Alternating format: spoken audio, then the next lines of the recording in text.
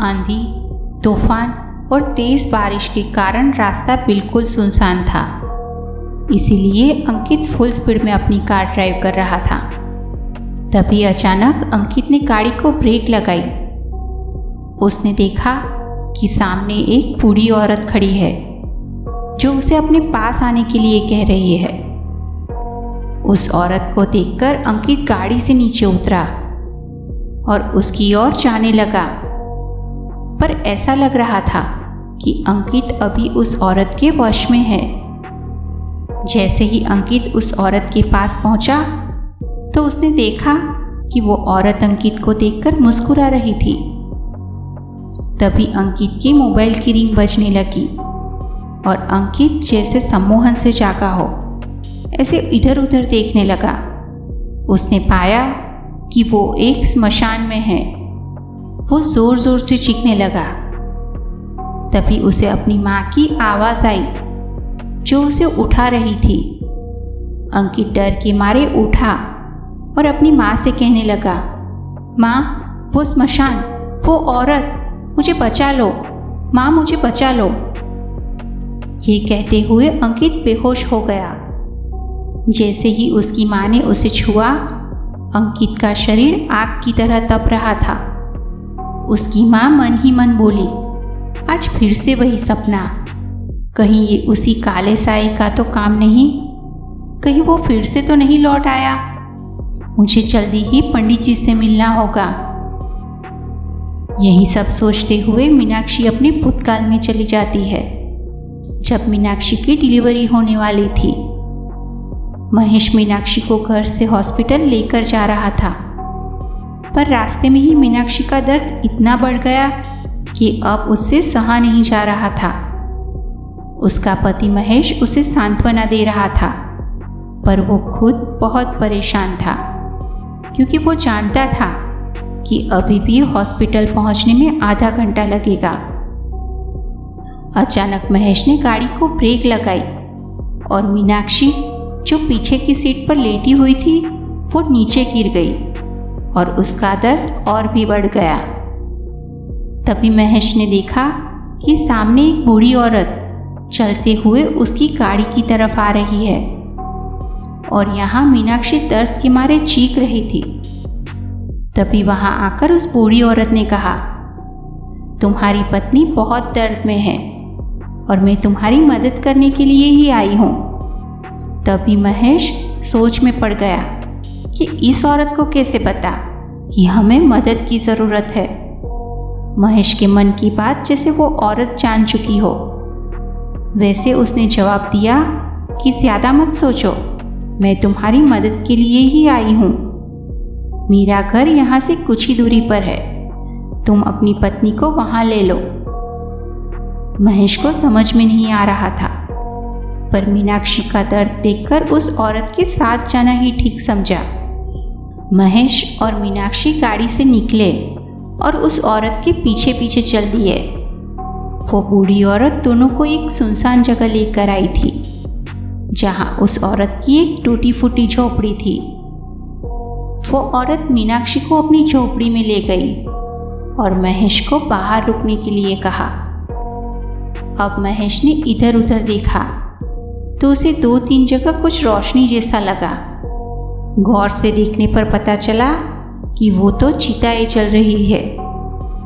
इसका मतलब ये था कि महेश और मीनाक्षी एक स्मशान में थे, मतलब कि उनका बच्चा एक स्मशान में पैदा हुआ। तभी अचानक झोपड़ी का दरवाज़ा खुला और उस औरत ने कहा कि मुबारक हो, तुम्हें बेटा हुआ है। अब जब महेश ने अपने बेटे से मिलने के लिए कहा तो वो बूढ़ी औरत गुस्सा हो गई और बोली, अब ये बच्चा तुम्हारा नहीं है, ये बच्चा अब मेरा है। ये कहकर वो औरत गायब हो गई। महेश जल्दी से झोपड़ी में गया। वो मीनाक्षी और अपने बच्चे को स्मशान से जल्दी से बाहर लेकर जाना चाहता था। दोनों बच्चे को लेकर वहां से जाने लगे, पर उनके साथ एक काला साया भी जुड़ गया। अब गाड़ी में वो थोड़ी ही दूर गए, तभी जोरों की बारिश होने लगी। महेश ने गाड़ी को एक साइड में रोका। तभी मीनाक्षी ने कहा कि क्यों ना हम थोड़ी देर के लिए सामने वाले मंदिर में रुक जाए। महेश को भी ये ठीक लगा। दोनों जैसे ही मंदिर की तरफ बढ़ने लगे तभी अचानक बच्चा बहुत जोर से रोने लगा। फिर अचानक महेश के कंधे पर वो काला साया बैठ गया और उसका गला दबाने लगा, जिसकी वजह से महेश आगे भी नहीं जा पा रहा था। मीनाक्षी ने पीछे देखा तो महेश ने मीनाक्षी से कहा कि मीनाक्षी, जल्दी से बच्चे को लेकर मंदिर में जाओ। महेश वहीं मंदिर के बाहर तड़प तड़प कर मर गया। अपने पति को मरा हुआ देखकर मीनाक्षी सुबह तक उसी मंदिर की सीढ़ियों पर बैठी रही। सुबह होते ही मंदिर के पंडित जी पूजा के लिए मंदिर में आए तो उन्होंने देखा कि मंदिर के बाहर एक लाश पड़ी हुई है और एक औरत सीढ़ियों पर अपने बच्चे को लेकर बैठी है। उन्होंने अपनी आंखें बंद की तो उन्हें मंदिर के बाहर एक काला साया नजर आया। तब उन्हें सारी बात समझ में आ गई।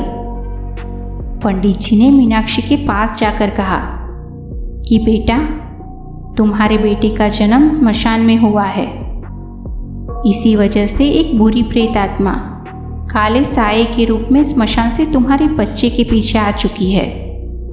ये साया तुम्हारे पूरे परिवार को खत्म कर देगा। मीनाक्षी ने कहा, तो पंडित जी, इस साये को रोकने का कोई तो उपाय होगा। पंडित जी ने कहा कि बच्चा अभी छोटा है तो ये साया उसे कुछ नहीं करेगा। ये कहकर पंडित जी अंदर से एक धागा लेकर आए और बच्चे के गले में डाल दिया।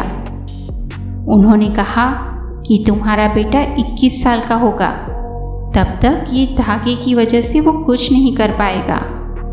उन्होंने कहा कि तुम्हारा बेटा 21 साल का होगा, तब तक ये धागा उसके गले में ही रहना चाहिए। इस धागे की वजह से वो साया इसे अपने साथ नहीं ले जा पाएगा।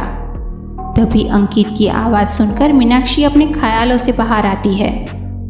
उसने देखा कि वो साया धीरे धीरे अंकित पर हावी हो रहा था। अंकित की आंखें लाल हो चुकी थी। वो अजीब अजीब आवाज़ें निकाल रहा था। वो अचानक से अपने बेड से उठा और अपने गले के धागे को निकाल दिया। अब वो बारी बारी घर में सबकी जान ले रहा था। सबसे पहले उसने अपने दादाजी को मार डाला। जब मीनाक्षी ने उसे रोकने की कोशिश की तो उसे भी जोर से धक्का देकर नीचे गिरा दिया। तभी वहां पंडित जी आते हैं। उन्होंने कुछ मंत्रों से अंकित को थोड़ी देर के लिए बांध दिया, पर उन्होंने मीनाक्षी से कहा कि वो ज्यादा देर तक उसे नहीं रोक सकते। पंडित जी ने माता का त्रिशूल देते हुए मीनाक्षी से कहा, अंकित के सीने के आर पार कर दो। पर मीनाक्षी एक माँ थी, वो अपने ही बेटे को कैसे मार सकती थी। तभी अचानक अंकित ने पंडित जी पर हमला कर दिया। पंडित जी ने अपने आप को छुड़ाने की बहुत कोशिश की, पर अंकित जोर से उनका गला दबा रहा था। तभी मीनाक्षी ने उसे जोर से धक्का दिया और वो त्रिशूल अंकित के सीने के आर पार कर दिया। जैसे ही अंकित मरा, वो काला साया जो पिछले 21 साल से उसके साथ था, वो उसके शरीर से बाहर आ गया। पंडित जी ने मीनाक्षी को सांत्वना देते हुए कहा कि तुम्हारे पूरे परिवार के लिए अंकित का मरना बहुत ज़रूरी था, वरना वो काला साया कभी उसका पीछा नहीं छोड़ता।